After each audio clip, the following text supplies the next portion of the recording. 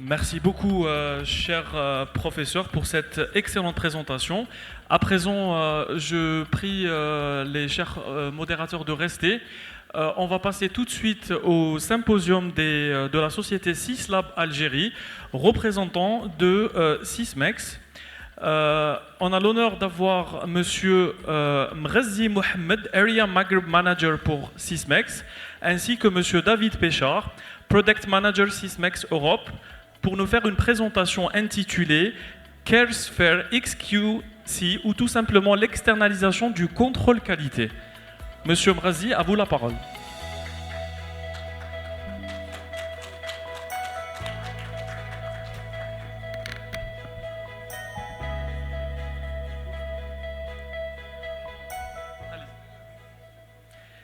Bonjour à tous,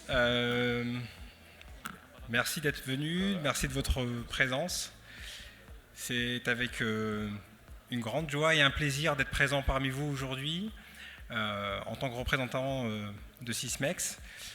Je suis accompagné aujourd'hui d'un ami et collègue de chez Sysmex Europe, David, qui va nous présenter donc, la solution Sysmex pour l'externalisation de contrôle de qualité. Je voulais juste un petit peu donc introduire David, mais surtout dire quelques mots sur les valeurs et la stratégie qu'on partage avec nos distributeurs Syslab sur votre accompagnement à l'utilisation de nos outils et d'être à vos côtés pour que vous puissiez en tirer le meilleur, comme on l'a vu avec la brillante présentation de Mouna Sassi sur justement l'importance de bien maîtriser la technologie que vous avez au laboratoire pour en tirer le meilleur et ainsi en faire bénéficier au maximum vos patients. Donc je vais laisser la place à David et je vous remercie encore de votre présence. Allô, allô. Bonjour à tous, merci de m'accueillir. Merci aux équipes de Syslab de m'accueillir aussi pour vraiment avoir pris soin de moi, à Mohamed de m'avoir accompagné depuis Paris. Donc j'aurais dû faire peut-être une présentation sur l'external DPU finalement, vu tout le bien que vous en avez dit avant. Mais on va parler d'XQC qui est aussi un logiciel très bien. J'en suis le responsable au niveau IMIA en fait. Donc je suis basé à Paris mais je travaille à Hambourg, mon bureau est à Hambourg. J'y serai la semaine prochaine et j'ai un petit peu peur du choc thermique puisque là-bas il fait 4 degrés. Donc à Alger-Hambourg, ça risque d'être un petit peu compliqué. Donc je vais commencer ma présentation pour vous parler de ce logiciel qui est un logiciel de contrôle qualité, mais surtout d'externalisation du contrôle qualité. C'est-à-dire qu'il va vous permettre de comparer vos résultats de vos instruments à ceux des autres participants. Avec les contrôles qualité, en général, on a des bornes, on regarde si on est dans les bornes, si on est dedans, on considère que tout est bien, mais on ne sait pas si on est un petit peu décalé par rapport aux autres instruments, et on ne sait pas non plus si le CV, les performances de l'instrument sont adéquates ou comparables aux autres. Donc en fait, dans un monde idéal, je ne sais pas c'est lequel qu'il faut cliquer. Il faut que je me mette vers vous. Ah ok, c'est bon. Merci. Excusez-moi.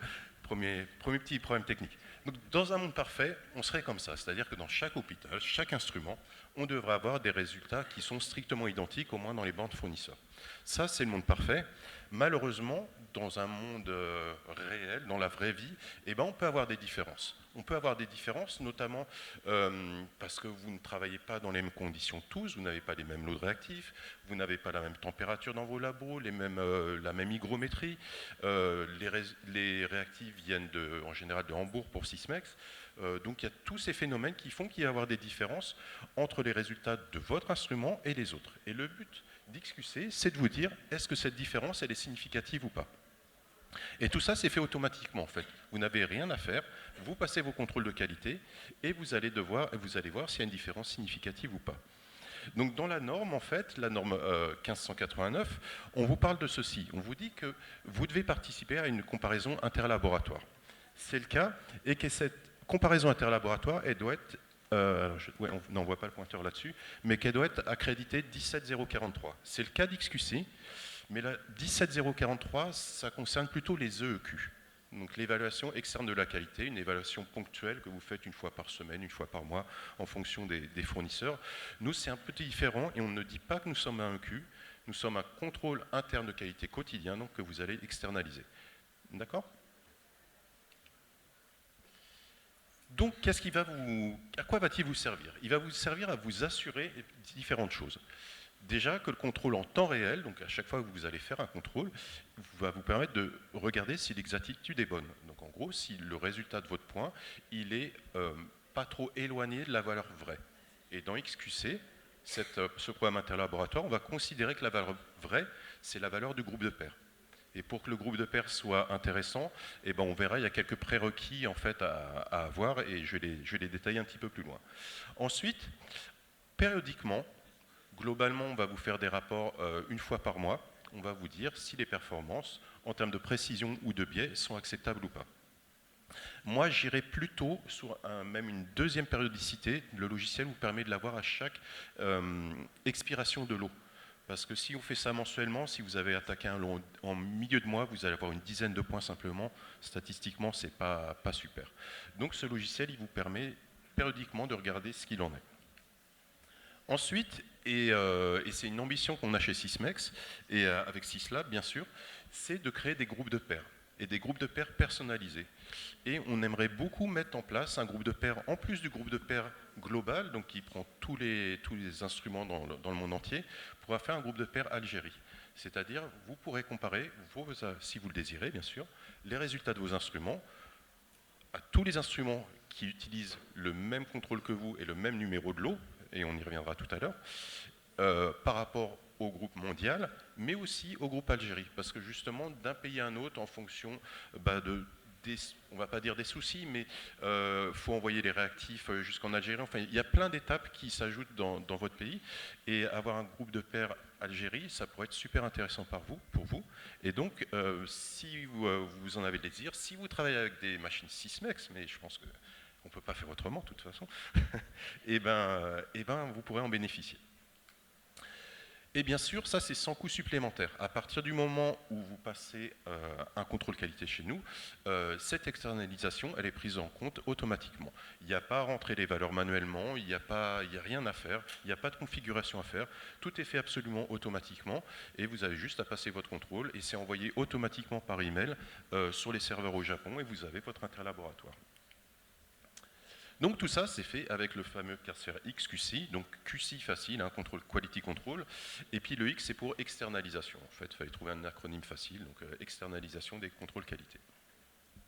Donc c'est une solution cloud, donc vous connectez via Google, enfin via votre navigateur internet, donc vous pouvez y accéder n'importe où et de n'importe quand, et c'est le plus grand programme interlaboratoire du monde.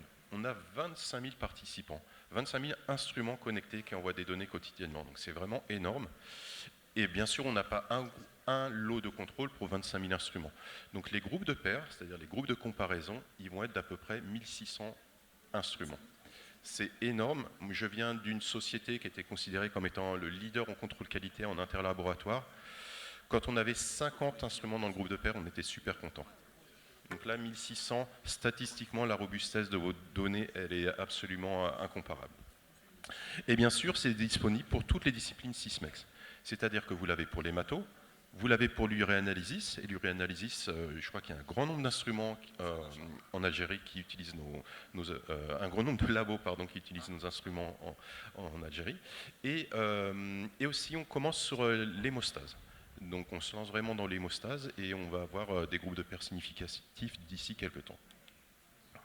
Et comme je vous disais tout à l'heure, tout est automatique et on répond aux demandes de la GDPR. C'était un gros sujet lors d'un des exposés précédents, savoir la protection des données. Nous en plus c'est facile parce qu'on n'a pas de données de patients.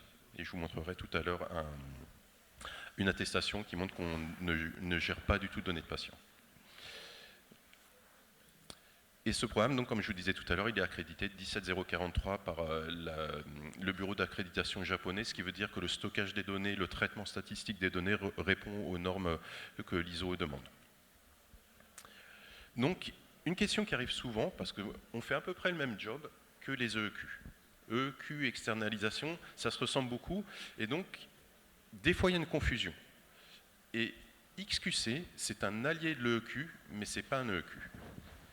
En fonction des pays, il y a certains pays qui vont utiliser le XQC comme un EQ. Nous, on n'en fait pas la promotion, parce qu'on ne répond pas à tous les critères de l'EQ, notamment qu'ils doivent être faits avec des échantillons aveugles, des échantillons non dosés. Le EQ doit être non dosé, vous ne savez pas ce que vous avez. C'est comme si vous avez un patient que vous dosez tout quotidiennement et on va le comparer avec les autres labos. Nos contrôles internes de qualité, vous avez les fiches de dosage, donc vous savez ce que vous devez retrouver. Et donc on ne rentre pas dans ce cadre-là. Ensuite, ils doivent être périodiques, les EQ, et nous, c'est quotidien. C'est à chaque fois que vous passez votre contrôle, ça va être fait. Donc pour ces 2 raisons principales, on ne peut pas prétendre que ce soit un EQ. Après, comme je vous disais, dans certains pays, en fonction des législations, ça passe, mais ce n'est pas la promotion qu'on en fait. Donc les points communs entre les deux, en tout cas, il y en a, ça c'est sûr, c'est la comparaison interlaboratoire, des indicateurs de performance qui sont absolument identiques, et puis cette fameuse accréditation ISO 17443. Et ça marche, c'est-à-dire que là, ce sont les chiffres depuis que XQT a été mis en place. On a l'ancêtre ici, qui s'appelait SNCS. SNCS, vous ouvriez le logiciel et vous n'aviez qu'une envie, c'était de le refermer.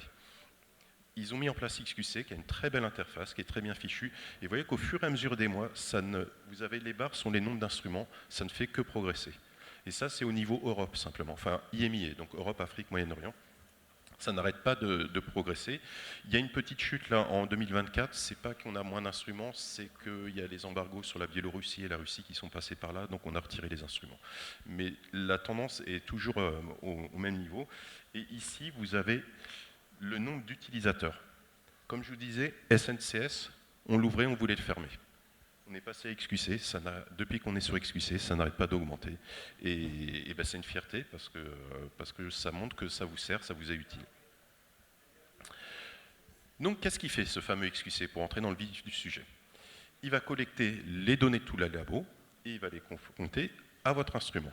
Avec tous les labos, on va faire des statistiques qui vont être là et on va comparer le premier indicateur, le biais, donc la différence entre la moyenne de votre instrument et la moyenne de ce qu'on appelle le groupe de pairs. Je vous expliquerai après comment on confectionne les groupes de pairs. Deuxième indicateur, c'est l'indice de précision, où là, on va comparer l'écart type de votre instrument avec l'écart type du groupe de pairs. Voilà, c'est les 2 indicateurs qu'on vous donne dans XQC. Et on va vous les donner de plein de façons différentes, et je vais vous les montrer parce que c'est bien beau d'avoir plein de représentations, mais il faut savoir à quoi ça sert. Et je vais essayer de vous démontrer ça. Donc pour que ça marche, il faut fabriquer un groupe de pairs qui soit pertinent. Donc comment on fabrique notre fameux groupe de pairs? Celui par défaut s'appelle All. Ah zut, pardon. Je peux revenir en arrière ou pas? Bref, je me suis trompé de clic. Il est possible de revenir à la slide précédente, s'il vous plaît? Vous pouvez revenir à la slide précédente? Oui, en arrière. Arrière. Encore? Super, merci. Donc, on va prendre tous les instruments identiques. En l'occurrence, là, c'est une nouvelle automate qui est sortie l'an dernier, le XR, qui remplace les séries XN. On va prendre, bien sûr, le même contrôle qualité avec le même numéro de lot. Donc pour ça, il est important, et c'est le cas chez vous, que tous les labos de votre pays travaillent avec le même numéro de lot. Et donc on va créer un groupe de pairs XN qui se représente par le scatogramme que vous avez à côté, où là, chaque point représente un automate. Donc tous les points que vous avez en vert là sont des automates différents et on voit que c'est très bien ciblé et je passerai un petit peu de temps dessus tout à l'heure. Donc le but, ce serait aussi, si vous le désirez, bien sûr, il n'y a aucune obligation, de participer à un groupe de pairs algérien comme ceci, où vous aurez votre double évaluation par rapport au groupe de pairs global et par rapport au groupe de pairs algérien. Et donc si vous voyez que vous décalez un petit peu par rapport à des instruments, on va dire, qui vous ressemblent plus, il faudra peut-être envisager un curatif. Comment ça marche? Vous passez vos contrôles, c'est envoyé automatiquement par email sur les serveurs au Japon, et instantanément, dans les 30 secondes qui suivent, c'est disponible sur votre interface via le web. Comme je vous disais, aucune donnée patient n'est transmise, ce sont que des données techniques. Vous avez le certificat là, qui est fait par l'assurance qualité en Allemagne. Aucun souci sur la transmission des données patients avec ce logiciel, c'est que du technique. Donc l'interface, elle ressemble à ça. et vous allez avoir 3 évaluations possibles. La première quotidienne, un lever de Jennings simple, l'unité un peu différente de ce qu'on a de l'habitude, puisqu'on travaille en indice d'écart type, et je reviendrai dessus tout à l'heure, avec les performances sur un tableau à droite. Ça, c'est au quotidien. À titre perso, je ne l'utiliserai pas moi au quotidien. Je l'utiliserai périodiquement, mais ça peut être un indicateur intéressant. Ensuite, des rapports PDF. Je ne les aime pas, pour être très honnête. Mais à côté de ça, on a des graphiques comme celui-ci, que je vais vous expliquer, qui donnent en un clin d'œil toutes les réponses sur les performances de vos instruments. Et comme je vous disais, après l'expiration du lot, vous avez aussi exactement le même type de PDF qui va vous donner une photo des performances de votre instrument sur le dernier lot utilisé. Et c'est ce que j'utiliserai à titre personnel. Alors, si vous voulez bien, on va aller voir l'interface, maintenant que vous voyez un petit peu où je veux en venir. Donc l'interface, elle ressemble à ceci. Quand vous vous connectez sur Internet, vous allez arriver sur vos instruments et la liste de tous vos instruments. Dans ce cadre-ci, il y a 6 instruments dans le labo. Vous avez droit, bien sûr, à accéder aux graphiques, aux rapports et au paramétrage.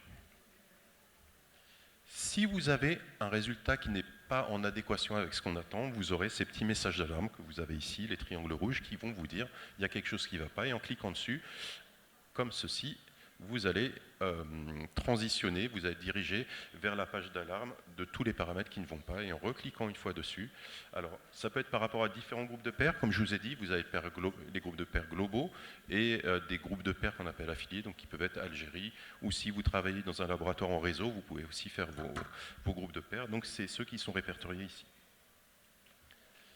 Donc ici, vous avez le groupe de pairs 1. Dans ce cadre-ci, on a 2. Groupe de paires 2, et puis le global. Et donc, quand on clique dessus, c'est très rapide. On arrive au lever de Jennings, donc, où on vous représente ici la moyenne du groupe de paires, un écart type du groupe de paires, 2 écarts types du groupe de paires, 3 écarts types du groupe de paires, en positif et en négatif. Et le but, c'est d'être le plus proche possible de la cible. Donc encore une fois, vous avez ici aussi sur la représentation graphique la possibilité de voir le groupe de comparaison et de le changer. Des tables qui vous récapitulent toutes les données, et vous avez aussi la possibilité pour votre traçabilité, ce qui est de plus en plus important, vous avez la possibilité de mettre des commentaires et aussi de supprimer un point, ou plutôt de rejeter un point si vous avez un point qui ne correspond pas à ce que vous voulez, qui ne correspond pas au fonctionnement normal de votre automate. Il ne sera jamais retiré de l'affichage pour des raisons de traçabilité, mais par contre, il sera retiré des statistiques. Parce que parfois, juste un point va complètement polluer vos résultats. Et si c'est identifié, ça ne sert à rien de le compter dans les statistiques qui ne représentent pas le fonctionnement normal de votre automate. Et lorsque ce n'est pas bon, vous avez cette barre rouge qui apparaît. Il y a 50 traçabilités dessus, donc vous avez 50 lots qui apparaissent sur le logiciel. Et ensuite, je suis allé trop vite. Et vous avez aussi des graphes avancés qui vont vous permettre d'aller voir un petit peu plus loin dans l'exploitation. Vous voyez qu'ici, on a beaucoup de points en erreur et j'ai la possibilité d'exclure les points qui ne m'intéressent pas. Donc encore une fois, ils apparaîtront dans les graphes, mais ils ne seront pas pris en compte dans les statistiques. Et il y aura l'interface graphique vous montrera que ces points ont été rejetés. C'est clairement indiqué. Dans l'interface aussi, vous pouvez décider quels vont être les paramètres que vous souhaitez afficher. Sur les XN ou les XR, il y a une multitude de paramètres et il y en a peut-être certains qui ne vous intéressent pas. Et on en a plus de 50 et peut-être que vous voulez vraiment vous considérer qu'il y a certains paramètres qui sont significatifs du fonctionnement de votre automate et vous ne voulez pas voir les autres. Ici, on peut dire j'active ou j'active pas les paramètres et aussi, complètement sur la droite, on peut décider de l'ordre des paramètres. Donc tout ça pour être le plus pratique possible à l'utilisation.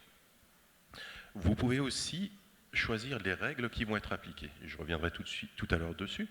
Vous avez 3 règles principales, 4 même, pardon. La 5 SDI, qui est par défaut, vous ne pourrez pas y toucher. La 3 SDI, que je vous conseille vivement, dans le futur, de désactiver. Et la trend et la shift, que je vais vous expliquer derrière. Et bien sûr, une totale traçabilité. Dès qu'il y a un changement, vous avez la traçabilité de tout ce qui a été fait dans le logiciel. Et on garde 1 an de traçabilité. Alors, j'ai attaqué la partie pénible, parce qu'on va parler statistiques, on va parler écart type, on va parler CV, on va parler de tout ça, parce que tout découle de ça. Et pour en parler, je voulais vous montrer ce petit Galton board, le tableau de Galton, parce que ça résume tout en fait. Tout est basé là-dessus. C'est-à-dire que quand on travaille dans les mêmes conditions, quand on fait la même chose dans les mêmes conditions, donc par exemple passer un contrôle qualité tous les jours dans les mêmes conditions, on a toujours cette distribution-là. On a la loi normale qui est appliquée, on est toujours comme ça. Et c'est exactement ce qu'on veut retrouver avec XQC ou avec les fameuses règles de Westgard pour la validation au quotidien, c'est-à-dire d'avoir quelque chose comme ceci. Là, en l'occurrence, il ne va pas falloir considérer qu'une bille, c'est une mesure, il va falloir considérer qu'une bille, c'est un instrument. Mais c'est exactement la même logique, c'est-à-dire qu'on respecte la loi de Gauss et qu'on doit avoir cette distribution dans nos groupes de paires qui doit suivre la loi normale. Tout est basé là-dessus. Quelles que soient les statistiques, tout est basé là-dessus. Et donc, dans le logiciel, comment ça se passe? Comme je vous disais, on a un groupe de paires, tous les instruments, on connecte les données et on fait leur moyenne et leur écart type. Okay, donc on va avoir un écart type du groupe de paires, 2, 3, 4, 5 et ainsi de suite. À côté de ça, on va mesurer au quotidien, on va mesurer un point. Donc voici le point de notre automate et on va regarder à combien il est de la moyenne du groupe de paires. Donc quand il est entre 1 et 3, aucun problème. Quand il est entre 1 et 3, ça satisfait parfaitement aux exigences du laboratoire. On parle au quotidien, hein, j'insiste au quotidien. Quand on est entre 4 et 5, pour moi, il n'y a pas de problème non plus. Il faut regarder, mais a priori, il n'y a pas de problème, et j'expliquerai pourquoi, je vois votre tête. Et après, quand on est au-delà de 5 SDI, là, par contre, il y a un vrai problème. Le biais, la différence entre le résultat de votre automate et puis le groupe de paires est trop significatif. Et quand vous êtes en plus au-delà des limites Sysmex, là, il y a un automatisme qui fait, vous allez recevoir un email qui va vous dire attention, les résultats sont vraiment pas bons et il faut faire quelque chose. Et donc ça vous permet aussi de ne pas aller voir tous les jours XQC pour savoir si ça va bien ou pas. Quand il y a une anomalie vraiment significative, vous recevrez un email qui vous dira il y a quelque chose qui ne va pas. Voilà. Il y a deux autres règles supplémentaires sur XQC qui s'appellent la trend et la shift, qui vont vous permettre de vraiment voir les tendances ou s'il y a vraiment un décalage de votre instrument par rapport au groupe de paires. En général, c'est un événement, je dirais, identifiable comme un changement de réactif ou une maintenance, quelque chose comme ceci. Mais la trend, donc, ça va être 4 points successifs avec une tendance strictement positive ou strictement négative.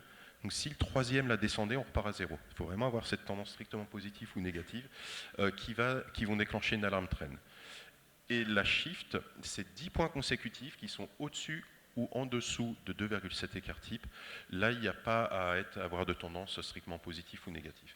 Donc ça, ces deux règles combinées aux limites Sysmex, ça vous permet d'avoir un monitoring, une surveillance de votre automate qui est très bien. Donc vous voyez, on reprend le même schéma, vous faites vos QC, c'est envoyé au Japon, il va faire mouliner les algorithmes pour regarder si vous êtes dans les règles. Chez Sysmex Europe, on reçoit tous les résultats, et si vous êtes en dehors des limites Sysmex ou si vous déclenchez les règles trend ou shift, vous êtes complètement à droite, vous recevez une notification par email. Et là, ce n'est pas limité. On peut prévenir autant de personnes que c'est, donc ça peut être aussi bien en technique qu'au niveau des biologistes, que même au support de Syslab. Tout le monde peut être averti, c'est vraiment un choix. Vous recevez une alarme de ce type. Alors, tout à l'heure, vous avez réagi quand j'ai dit que la 3 SDI, moi, je la déconseillais. On va voir pourquoi. Donc, elles sont toutes configurables. J'ai fait une étude statistique. La 3 SDI, c'est-à-dire quand votre point est à 3 écarts types de la moyenne du groupe de paires, 3 écarts types du groupe de paires de la moyenne du groupe de paires, ça déclenche dans 92% des alarmes. Donc, 92% des alarmes sont dues à ça. Et c'est un faux ami parce que, en fait, on a tendance à faire un amalgame entre la 3 SDI, donc 3 Standard Deviation Index, comparaison interlaboratoire, et la 1,3S de Westgard, qui s'applique sur la moyenne de votre instrument et l'écart type de votre instrument. Ça paraît pas grand-chose, mais vous allez voir l'animation derrière. Donc là, j'ai des exemples où on a des règles de trend et shift qui se sont déclenché. Et donc si ça se déclenche, pas la peine de vérifier, vous recevrez un email. Au quotidien, en mensuel, après en périodique, on va avoir la même logique, sauf que là, vous voyez, on ne compare plus un point de mesure au groupe de pairs, mais un mois ou un lot, on va dire, une période d'un lot de mesure au groupe de pairs. Et là, dans ce cadre-ci, quand vous êtes au-delà de 3 écarts types du groupe de pairs, là, il faut s'alarmer parce que là, il y a un vrai problème. Donc là, quand vous déclenchez une 3 SDI dans ce cadre-ci, il faudra aller voir ce qui se passe sur l'automate. Souvent, d'expérience, c'est juste une ou deux mesures qui n'ont pas été bonnes en erreur aléatoire et qui vous perturbent le point, d'où l'intérêt de pouvoir rejeter certains points de mesure. Quand c'est bien identifié, hein, bien sûr, ce n'est pas juste pour le plaisir. Donc pour ça, il faut vraiment faire, pour que ce soit performant, faites attention au nombre de mesures, parce qu'un point qui sort des limites, quand vous en avez réalisé que 15 dans le mois, ça va avoir un gros impact. Si on regarde sur le lot, donc les 8 semaines, normalement, si vous passez un contrôle par jour, vous allez avoir une trentaine de points, on va dire. Et là, ça impacte beaucoup moins. Donc comme je vous disais, tous les résultats de ces analyses, c'est fait sous 2 formes, des formes de PDF ou des formes de graphiques comme ceci. Ce graphique-là, enfin ces deux-là, je les aime parce que moi, en 1 seconde, je peux vous dire si l'instrument il est bien ou pas. Alors qu'ici, il faut se taper toutes les pages. Des fois, on a 7 pages de rapport. Regardez tous les paramètres un par un, niveau par niveau. Là, en 1 seconde, vous savez tout. Mais je vais quand même vous les décrire, ces rapports, bien sûr. Donc, dans l'encadré, là, vous avez la justesse de votre instrument. Donc, vous avez un curseur qui vous dit si vous êtes juste ou pas. Plus proche vous serez de 0, meilleure sera la justesse de votre instrument. Et vous décalerez en positif ou en négatif. Vous l'avez en 2 unités, SDI, donc juste à gauche du tableau. Et complètement à droite, vous avez le biais en pourcentage. Donc, vous pouvez être, moi, personnellement, je raisonne plus en pourcentage qu'en SDI, donc je préfère regarder le biais, mais on vous donne les deux. Après, la précision. Donc, je vous rappelle, la précision, c'est la comparaison de votre écart type avec l'écart type du groupe de pairs. Et là, le but, c'est d'être le plus proche possible de la valeur de 1, voire inférieur à 1, et en tout cas inférieur à 2. D'accord ? Donc, quand vous êtes à 1, ça veut dire que l'écart type de votre instrument est égal à l'écart type moyen du groupe de pairs. Et comme on parle d'écart type moyen, là je grossis un petit peu le trait, mais normalement il doit y en avoir à peu près au-dessus et en dessous, puisqu'on parle de la moyenne. On n'est pas à la médiane, hein, je sais, mais... Donc c'est pour ça que je dis que jusqu'à 2, c'est jouable, c'est largement acceptable. Et ensuite, bien sûr, le nombre de groupes de pairs. Si le N là, il est de 3 ou 4, ça n'a aucun intérêt. Quand on est par rapport à 1000 instruments, et bien là, il n'y a aucun souci, votre groupe de pairs, il est robuste. Sur ce graphe, vous avez exactement la même chose. Sauf que là, je vois tous les paramètres en un clin d'œil. Comment c'est ? Eh bien, en fait, un point là équivaut à un paramètre. Partie de gauche, vous avez l'évaluation du biais. Donc, on va considérer un peu que c'est une cible. Le but, c'est forcément d'être au centre de la cible. Et vous allez avoir ceci. En bas, le niveau 1, avec son biais positif et son biais négatif. Donc à gauche, on est en biais négatif, à droite, on est en biais positif pour le niveau 1. Et vous voyez qu'ici, on a niveau 1 et là, on a niveau 2. Donc on va avoir exactement la même chose pour le niveau 2, avec un biais négatif et un biais positif. Et le but, forcément, c'est d'être au centre ou d'avoir une certaine logique. Et vous voyez que là, la distribution des points suit cette diagonale. Alors je vais revenir dessus, hop. Voilà, suit cette diagonale. Parce qu'il est logique que si vous avez un biais positif sur le niveau 1, donc comme ceci, vous ayez un biais négatif sur le niveau 2. Et biais négatif sur le niveau 1, biais négatif sur le niveau 2. C'est logique, c'est pas ce qu'on espère, mais il y a une certaine logique. Si vous étiez ici, c'est-à-dire que là, votre calibration, elle a un vrai problème dans cette zone. Ici, vous surestimez le niveau 1, vous sous-estimez le niveau 2. Donc le but de ce graphe, moi quand je vois ça, j'ai tous mes points qui sont là, à l'intérieur de 3 écarts types, en 1 seconde je sais que tout tourne. Ou que ça ne va pas, mais au moins en 1 seconde je sais. Donc c'est vraiment pour moi un outil super précis, vous regardez ça 1 fois par mois, en 1 seconde vous savez si vous êtes corrélé avec le groupe de pairs. Alors quand vous survolez chacun des points, en plus, bien sûr, vous avez les informations, et en cliquant sur la légende, la RBC, c'est un classement par canal, et vous pouvez effacer les canaux qui ne vous intéressent pas. Après, on a exactement la même chose en termes de CV ou d'écart type. Donc là, c'est la même comparaison par rapport pour le Precision Index, donc pour votre précision. On compare le CV de votre instrument avec celui du groupe de pairs. Et donc le but, c'est d'être inférieur à 2. Pourquoi? Parce que je vous rappelle, on se compare à l'écart type moyen du groupe de pairs. Donc tant qu'on est dans la zone grisée ici, tout va bien.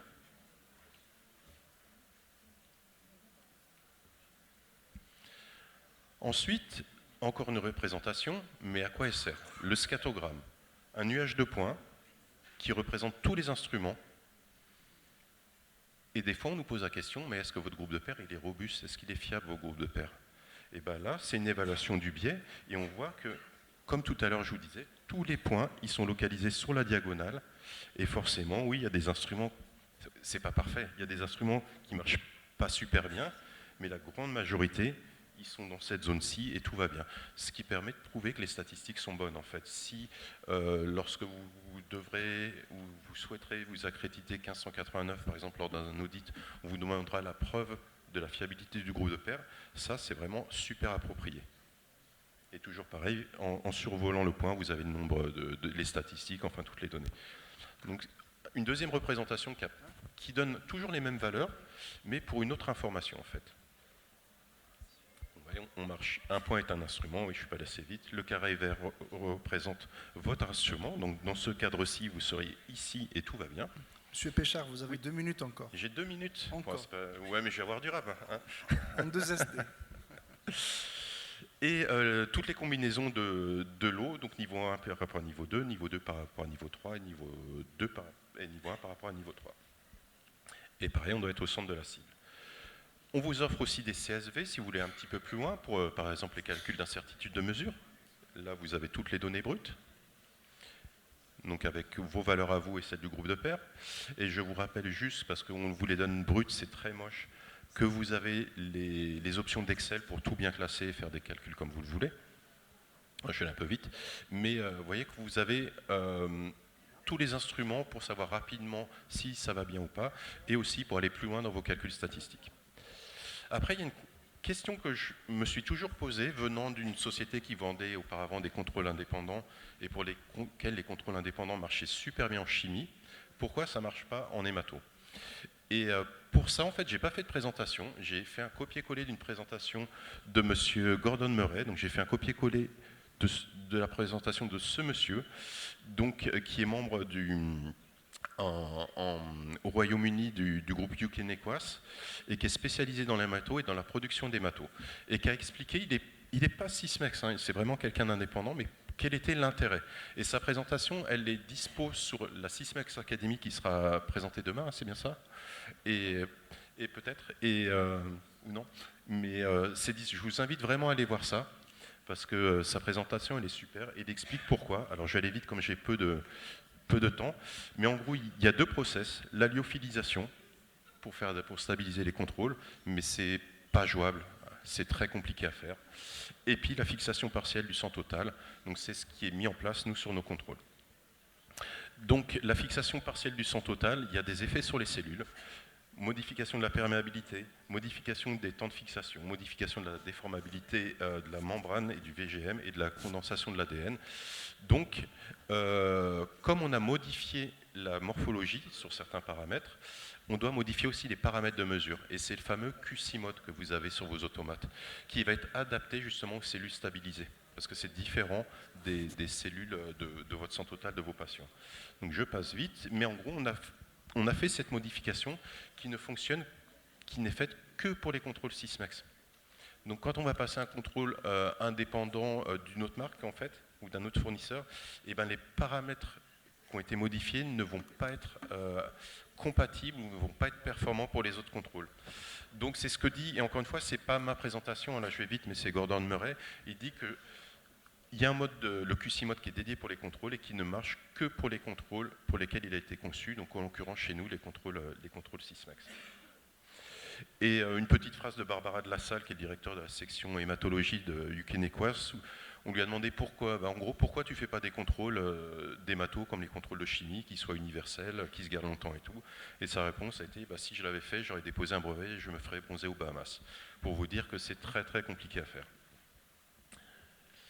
Donc je vais juste venir là-dessus. Donc le CQ qui comporte, et il dit aussi que c'est vrai que tous les CQ, le CQI qui comporte des niveaux pour tous les paramètres rendus, y compris les rétiques et les plaquettes immatures, est fabriqué par Strec. Et Strec, c'est notre fournisseur. Nous ne faisons pas les contrôles nous-mêmes, c'est Strec qui les fabrique pour nous. Il n'y a pas de vrai contrôle indépendant, puisqu'ils doivent être faits en hémato, puisqu'ils doivent être faits dédiés pour les machines.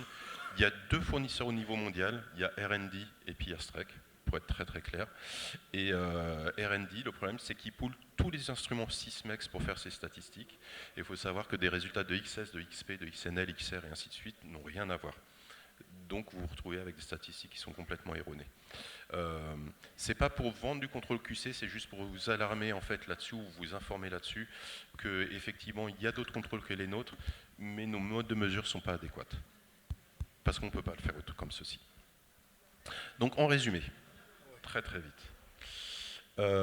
Pas la peine de regarder au quotidien puisque vous recevez des notifications d'erreur quand vous déclenchez les limites Sysmex, les règles de trend des shifts.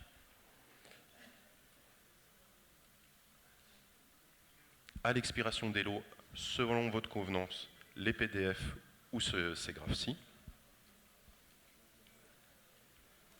que vous pouvez signer. Aussi, si vous pratiquez les EEQ, comme je vous ai dit, on n'est pas un EEQ, mais on est l'allié des EEQ et c'est exactement la même logique.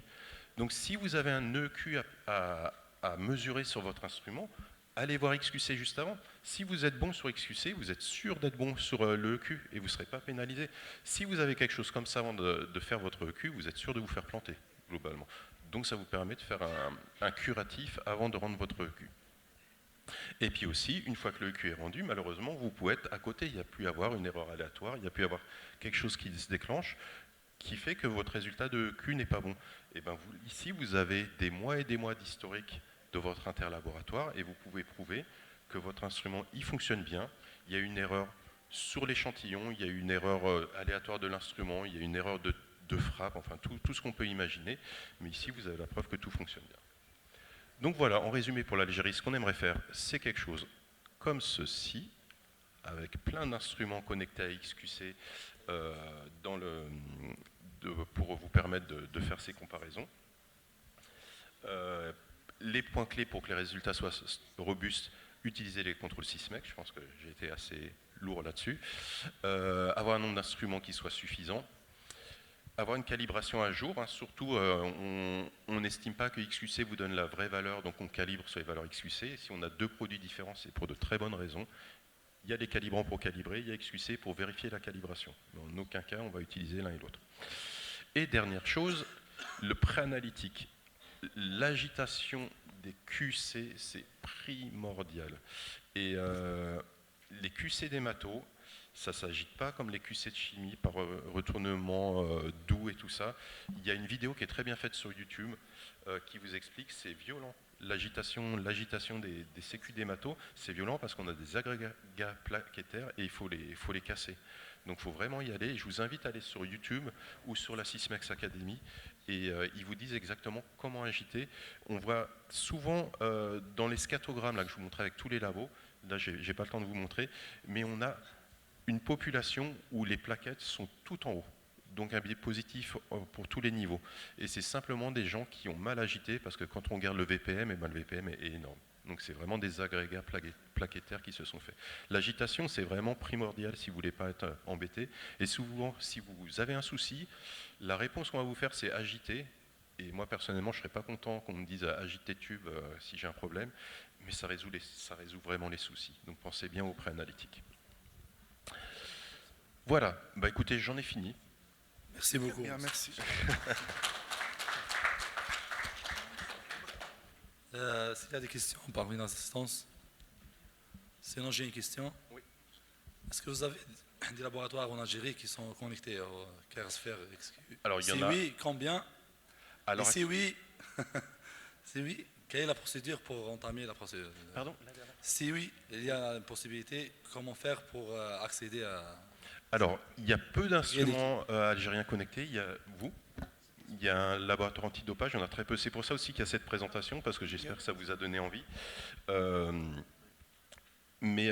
Et après, la procédure, c'est fait à peu près en 5 minutes par les ingénieurs applis de chez Sysmex. Il faut juste passer des contrôles. Nous, on fait, dans le support manager, on fait une petite modif. On vous donne les mots de passe et tout ça pour accéder, mais c'est vraiment 5 minutes. C'est vraiment très très facile à faire. Donc j'espère que vous allez... vous êtes intéressé, que vous allez vous mettre là-dedans, parce qu'encore une fois, c'est pas regardé tous les jours, c'est assez facile d'utilisation, et ça, vraiment, ça donne des informations très précieuses. Très bien. Donc, je vous remercie, c'était parfaitement parfait, hein, surtout quand vous avez abordé un petit peu les bonnes pratiques de l'usage du Carsphere par rapport aux alarmes, aux alertes. C'est vrai, c'est un outil puissant. Nous avons un retour d'expérience d'une année et 2 semaines. C'était en marge l'année passée de la journée du Salem. Donc, on a reçu M. Merazi qui a le lendemain installé, il a fait la formation. Nous sommes très satisfaits par rapport à ça. C'est un outil puissant. L'avantage, c'est le reporting automatique. Je ne suis pas tout à fait d'accord avec vous par rapport le contrôle externe, les EEQ. Le contrôle externe, on le pratique depuis 6 ans presque. Les CAS Biorad, on le fait 1 fois par mois. Donc je dis bien 1 fois par mois. Alors avec cette approche Carsphere, on peut le faire 2-3 fois par jour, 3 niveaux. Donc c'est un outil extrêmement puissant. Donc en plus, quand on fait un contrôle ECAS de Biorad ou autre, donc le rapport c'est 1 semaine après. Donc si on trouve un écart dans un ou plusieurs paramètres, qu'est-ce qu'on va faire? Significatif bien sûr, hein, par rapport à l'hémoglobine ou aux plaquettes, qu'est-ce qu'on va faire d'une semaine ou 2 semaines de résultats? Donc ça c'est la puissance, je pense, je vous parle par petite expérience. Ouais, je suis tout à fait d'accord avec vous. C'est plus puissant. C'est vrai, le premier jour, je voyais 3 fois par jour l'application Carsphere. Après, moins en moins. Après, juste le rapport de l'eau, même pas mensuel. L'eau, c'est parfait. Le rapport de... Ah, c'est ça? Ouais, l'eau, c'est parfait. Maintenant, je ne le vois plus. Donc, j'attends les notifications Sysmex s'il y a... Mais je suis d'accord avec vous. J'étais chez Biorad 13 ans. J'étais responsable des contrôles qualité chez eux. C'est pour ça que je connais très bien. C'est pour ça que vous êtes chez Sysmex. Et en fait, on ne peut pas prétendre à un EEQ. Ça ne veut pas dire qu'on n'est pas plus puissant qu'un EEQ. Mais on ne peut pas prétendre à un EEQ parce qu'on a des échantillons dosés, parce qu'on n'est pas périodique. La définition, ce n'est pas la définition de l'EEQ, mais c'est beaucoup plus puissant en hématologie que l'EEQ. Parce que c'est 1 fois par mois. Exactement. D'accord. Et le rapport, il vient 1 semaine, voire plus, après la clôture du programme. Oui. Non, mais j'ai rien à redire là-dessus. Est-ce qu'il y a des questions dans la salle? Notre amie tunisienne, je ne sais pas s'ils utilisent le Carsphere. Ah, jalouse.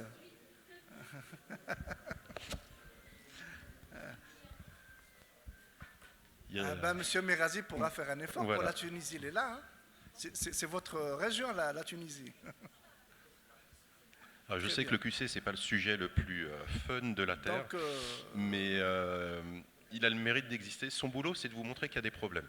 Alors c'est vrai que c'est un peu, ça fait toujours un peu peur, parce que quand vous entendez parler des QC, c'est qu'il y a un souci. Mais ils sont là pour ça. Et si c'est bien paramétré, si c'est bien managé, vous ne devez pas être embêté normalement. Mais oui, moi quand j'ai commencé dans le QC, je me suis dit, ouais, je n'étais pas super content.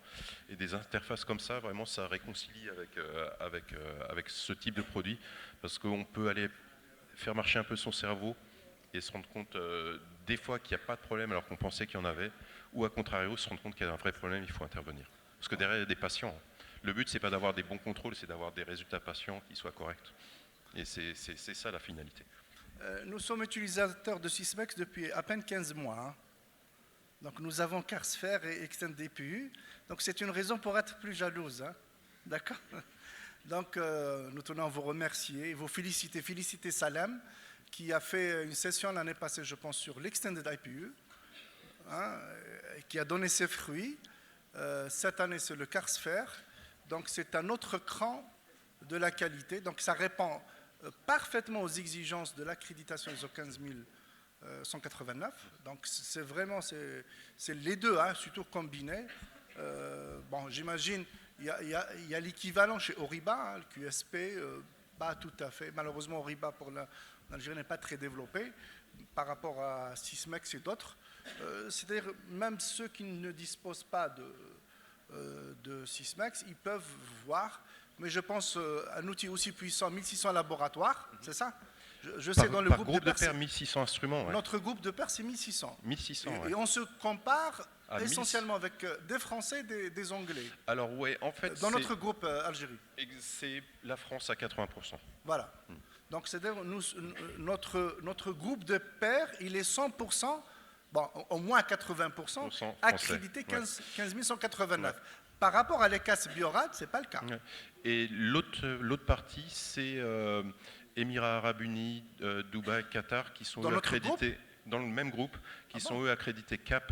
Donc ça fait une double accréditation et ça permet vraiment de valider que tout va bien. Très bien, très bien, merci. Je pense qu'il n'y a pas de questions. Nous remercions encore une fois M. Péchard, Sysmex et Syslab et Salam pour le choix et l'excellente présentation. Merci pour votre attention. Merci.